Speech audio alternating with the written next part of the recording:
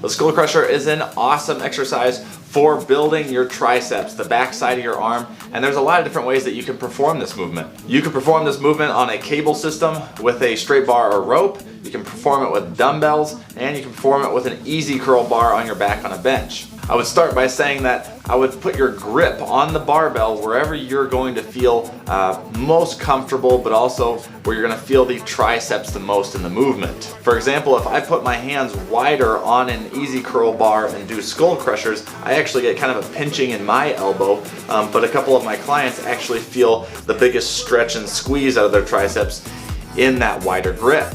So just go where you feel most powerful, the most squeeze out of the triceps. The benefit of doing dumbbells is you're going to be working one side at a time, so you're not going to be compensating with your weak side in that movement. So feel free to switch it up as you have this in your program.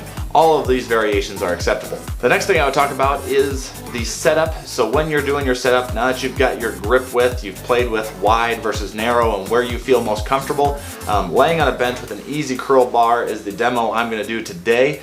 So you're going to want to standardize your reps. Standardizing your reps means you're starting from the same position, ending at the same position every single time. So that means you're not going to be doing quarter reps, you're not going to be swinging the weight around, you're just going to be doing the same thing every single time so you know how to progress the movement appropriately. Starting with that weight over your shoulders, you could actually get constant tension out of your shoulders if you, instead of stacking over your shoulders with the weight, move the weight more over your chin or nose to start with, because that's going to immediately put tension in the triceps. From that starting position, you're going to want to descend the weight by just bending your elbow and bringing that weight to the front of the forehead. This is a skull crusher, and that's where it kind of gets the name, is that you're crushing your skull. That's one of the options when it comes to your range of motion, is starting over your chin or nose and bringing it down to the forehead and returning and just repeating that motion over and over.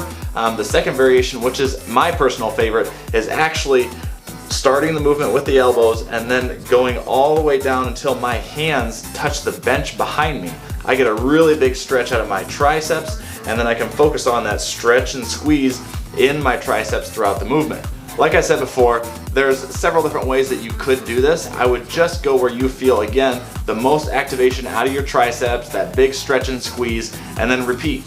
Standardize that motion and do the same thing, rep in and rep out. This is one movement that I've seen clients have issues with, maybe some elbow pain if they're going super heavy. So one thing I don't like clients doing a lot of is swinging that weight from back to front. And the point is not to just swing more weight over your head, it's to feel more activation and squeeze out of your triceps. So I like to minimize that swing. So the top mistake here is don't be a swinger. You're going to want to do a stretch and a squeeze out of your triceps. That's the skull crusher. Go ahead and throw your favorite variation of the skull crusher in the comments section below. That's today's video, and that's the skull crusher. Make sure that you like the video, subscribe to the page, and in the comment section below, let me know what your favorite variation is. Would love to hear what everybody else is doing. Thanks for watching. We'll talk to you soon.